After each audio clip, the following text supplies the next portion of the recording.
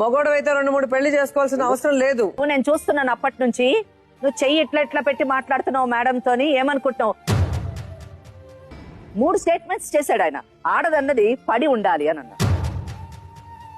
ఎప్పుడు పడి ఉంటుంది? నువ్వు ఆమెను అంతగా ప్రేమిస్తే, నువ్వు నీ బాధ్యతలను అంతగా స్వీకరిస్తే, నువ్వు కుటుంబానికి ఒక ఆదర్శప్రాయంగా ఉంటే భార్య తప్పకుండా పడి ఉంటుంది. నీ కాళ్ళు కడిగి నీళ్లు నెత్తిమే జల్లుకుంటుంది.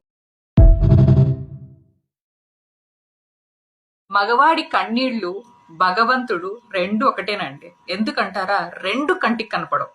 అందరూ అంటారు కదా, ఆడికేంటి మగాడు చేతి నిండా సంపాదిస్తున్నాడు, ఎక్కడన్నా బతికేస్తాడులే అనేసి. కానీ ఒక మగాడిని లోతుగా కదిలించి చూడండి, తన కళ్ళల్లో కనపడుతుంది తను పడే బరువు బాధ్యతలన్నీ. ఒక మగాడు చాలా మౌనంగా ఉన్నాడు అంటే అర్థం తన బుర్ర మొత్తం కుటుంబ బాధ్యతలే నిండి ఉంటాయండి.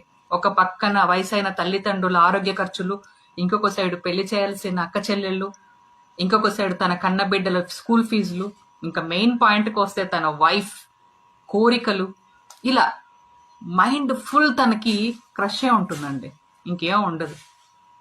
కాబట్టి మామూలుగా అంటుంటారు అందరూ రెస్పెక్ట్ విమెన్ అండి. రెస్పెక్ట్ విమెనే కాదండి, మెన్కి కూడా చాలా అవసరం అండి.